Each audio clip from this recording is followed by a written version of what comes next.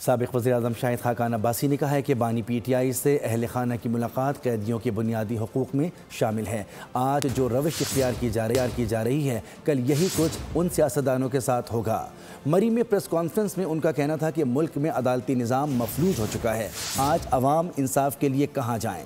انہوں نے کہا کہ غیر جماعتی بلدیاتی الیکشن جمہوری اصولوں کے خلاف ہیں۔